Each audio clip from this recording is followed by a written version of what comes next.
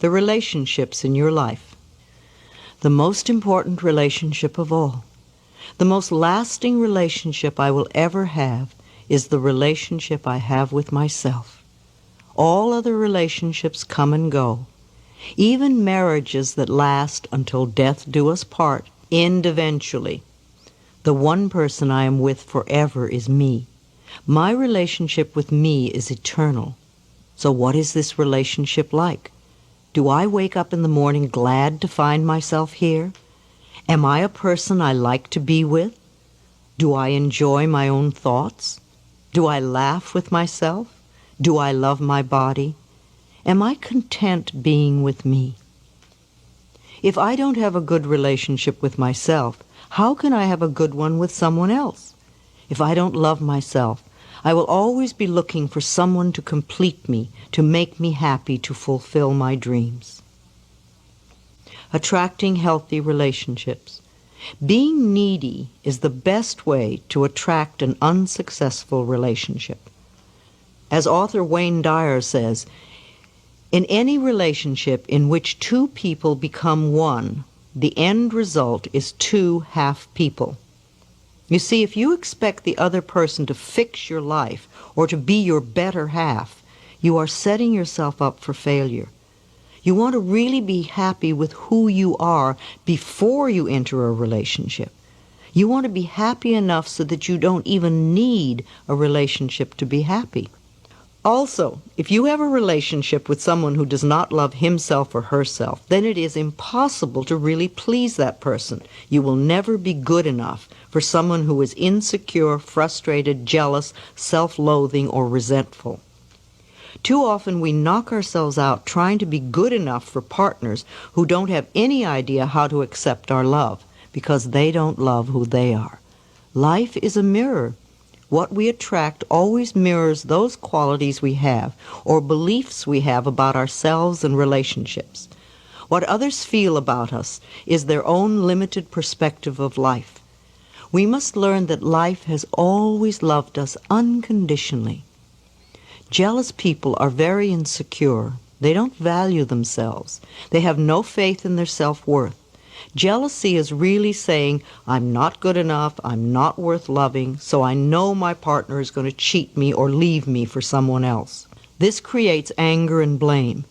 If you stay with a jealous person, then you are saying that you don't deserve a loving relationship. It's often the same thing with spousal abusers. They either grow up in a family where abuse was normal and they just continue the family pattern, or they blame the world and their partners for their own lack of self-worth. Abusers will never stop the abuse pattern unless they undergo therapy. Abusers almost always have a parent they have deep resentment towards. Forgiveness is a vital issue for them. They must understand their patterns and be willing to change. Our parents' influence. All my relationships are based on the relationships I had with my parents. I was so shocked when I first discovered this. Years ago, I'd gone to a loving relationship workshop conducted by Sandra Ray, expecting to learn how to attract a loving relationship. I was so dismayed when I learned that we were going to work on our relationships with our parents. By the end of the workshop, though, I learned that the reason I had so many problems in my personal relationships was because of the very difficult childhood I had. The abuses my mother and I had endured, the abandonment and lovelessness of my childhood, it had all transferred itself into my current relationships. No wonder I attracted abusive men.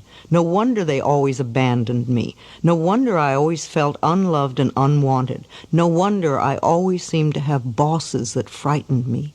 I was just living out what I had learned as a child. That was a very important workshop for me. I released a great deal of resentment and learned to work on forgiveness. The relationship with myself improved enormously, and never again did I attract an abusive man. So rather than wasting our time saying men are no good or women are no good, let's look into the relationships we had with our parents or that our parents had between each other. For example, what are your current complaints about the men or women in your life? Think about how you would fill in these blanks. He never. He always. She never. She always. Men won't. Women won't. Is this the way your mother or father behaved toward you? Did your mother treat your father this way? Or does this describe the way your father treated your mother? How was love expressed in your home when you were a child? You may have to reach back into your childhood relationship with your father or mother to resolve deep-seated fears surrounding a relationship. Ask yourself, what do I have to give up to be in a relationship? How do I lose me when I'm in a relationship? What messages did I receive as a child that created a belief in me that relationships are painful? Affirm the love for yourself. Perhaps you have a very difficult time setting limits, and people tend to take advantage of you. You may be sending out a message that says, I do not value and respect myself. It's okay to abuse me and take advantage of me. But this does not have to be true for you any longer. Begin today to affirm your love and your respect for yourself. Look into a mirror frequently and tell yourself, I love you. As simple as this sounds, it's a very powerful healing affirmation. As you grow in self-love, your relationships will begin to reflect this love and respect as well. You may wish to consider joining a support group such as Codependence Anonymous or Al-Anon. These are wonderful groups that will assist you in establishing boundaries in your relationships and help you reconnect with the self-love and respect that is within you. I believe that we have comfort zones in our relationships with others. These comfort zones form when we are very small. If our parents treated us with love and respect, then we associate this type of treatment with being loved. If, as is the case for many of us, our parents were unable to treat us with love and respect, then we learn to be comfortable with this lack. In an effort to get our needs met, to feel loved and cared for, we associate being treated badly with being loved. This becomes our pattern, and as a pattern is formed in childhood, it becomes the pattern we use unconsciously in all our relationships. This belief pattern, that being treated badly equals love, knows no gender bias. I believe that this type of dysfunctional pattern is more widely recognized in women because culturally, women are encouraged to express vulnerability and are thus more willing to admit when their lives are not working. This is changing, however, as more and more men become willing to reconnect with their vulnerability. An affirmation for all of us is, I open my heart to love and I am safe. All of the important work we do is on ourselves.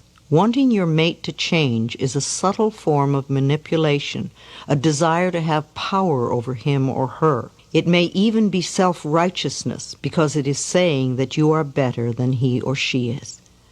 Allow your partners in life to be as they choose to be. Encourage their self-exploration, self-discovery, self-love, self-acceptance, and self-worth. Finding love. If you are looking for a mate, I suggest that you make a list of all the qualities you would like this person to have, and do go beyond tall, dark, and handsome, or cute, blonde, and pretty. List all the qualities you want. Then review this list and see how many of these qualities you possess.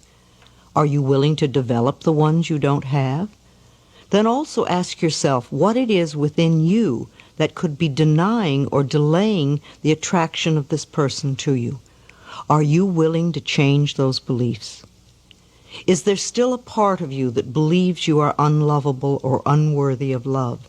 Is there a habit or belief you have that pushes love away? Is there a part of you that says, I don't ever want to have a marriage like my parents, therefore I won't fall in love? Perhaps you have feelings of isolation. It is very difficult to feel connected to others when, for the most part, we are disconnected from our own selves. In this case, you need to really focus some quality time on yourself right now. Become your own best friend. Rediscover what makes you happy, what you love to do. Pamper and spoil yourself. So often we look to others to make us feel loved and connected, when all they can do is mirror our own relationship with ourselves. What do you think you deserve in an intimate relationship? When we are coming from a place of feeling we can never get what we really want, it usually means our belief system supports not deserving. Is this what you truly believe about yourself? That you can't have what you truly want? This particular mental pattern no longer needs to be true for you. You can begin to make a change today. Make a few lists, such as what I believe about men, women, love, marriage, commitment, fidelity, trust, and children. These lists will show you any negative beliefs you need to change. You may be surprised by some of the messages that are hidden in your consciousness. Clean them out, and you may be delighted to see how different your next relationship is. It's interesting to note that most psychics report that the majority of people who come to them ask at least one of three questions. Psychics hear these same questions over and over. How can I get a relationship? How can I get rid of a relationship? How can I increase my finances? If you are in a relationship that you really want to get out of, use that all-powerful tool, blessing with love. Affirm, I bless you with love and I release you. You are free and I am free. Repeat this often. Then really be clear on what you do want in a relationship. Make a list if you need to. In the meantime, work on loving yourself non-stop. Love and accept the other person completely, just as they are. As you change and grow inside, you will find that one of two things happens automatically. The other person will either align with your desires or they will disappear altogether. If they leave your life, this transition will be smooth. Always begin by loving and appreciating yourself. Everything else will change. Use the affirmation, I now discover how wonderful I am. I choose to love and enjoy myself. It is very important to clean up and resolve old relationships in order to commit to a new one. If you are always talking about or thinking of your last love, you are not yet free and clear to enter the new one. Sometimes we deify our previous love in order to protect ourselves from being vulnerable in the present moment. In her book, A Return to Love, Marianne Williamson shares this wonderful barometer for our choices. She states that in all of our interactions, we are either moving towards love or moving away from love. Ideally, to be fully happy and alive, we want to be making choices in our life that move us towards love. As you work on resolving the blocks that stand between you and your relationship, practice being your own lover. Treat yourself to romance and love. Demonstrate to yourself how special you are. Pamper yourself. Treat yourself to small acts of kindness and appreciation. Buy yourself flowers. Surround yourself with colors, textures, and scents that please you.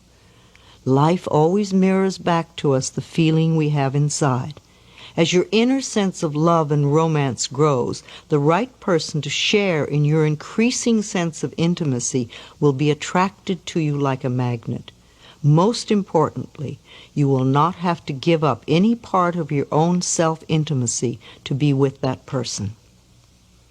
The end of a relationship. The end of an affair is often a very painful time. We go into the I'm not good enough routine and punish ourselves.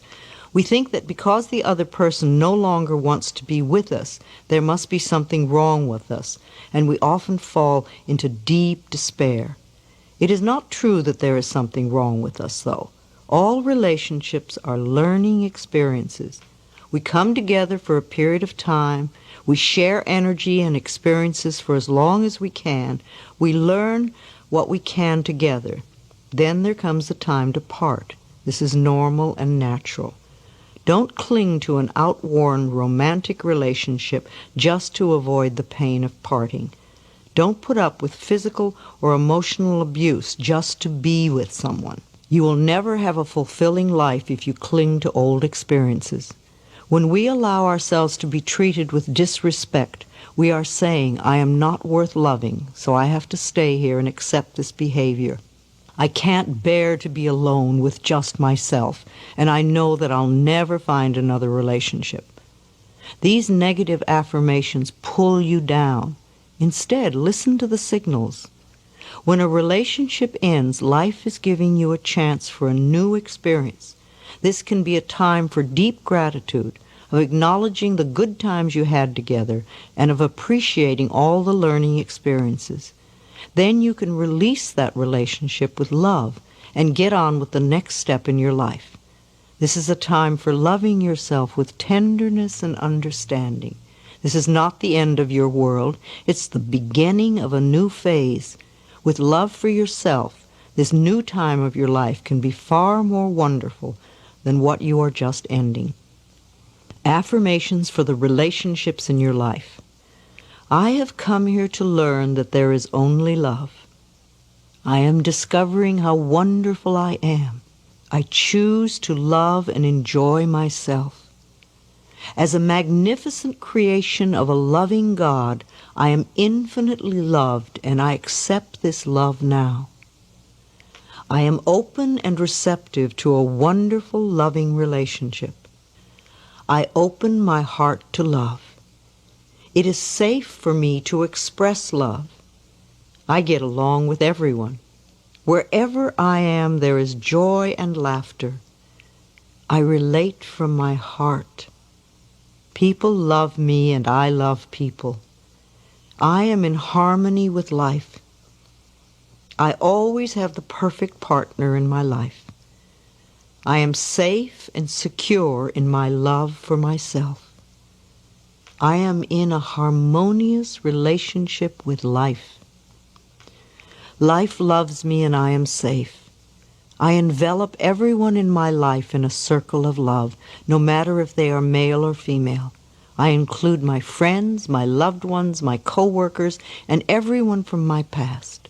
I affirm that I have wonderful, harmonious relationships with everyone, where there is mutual respect and caring on both sides. I live with dignity and peace and joy. I expand my circle of love to envelop the entire planet, and this love comes back to me multiplied. Within me there is unconditional love, and I express it to everyone. My unconditional love includes me, for I know I am worth loving. I love and appreciate myself, and so it is.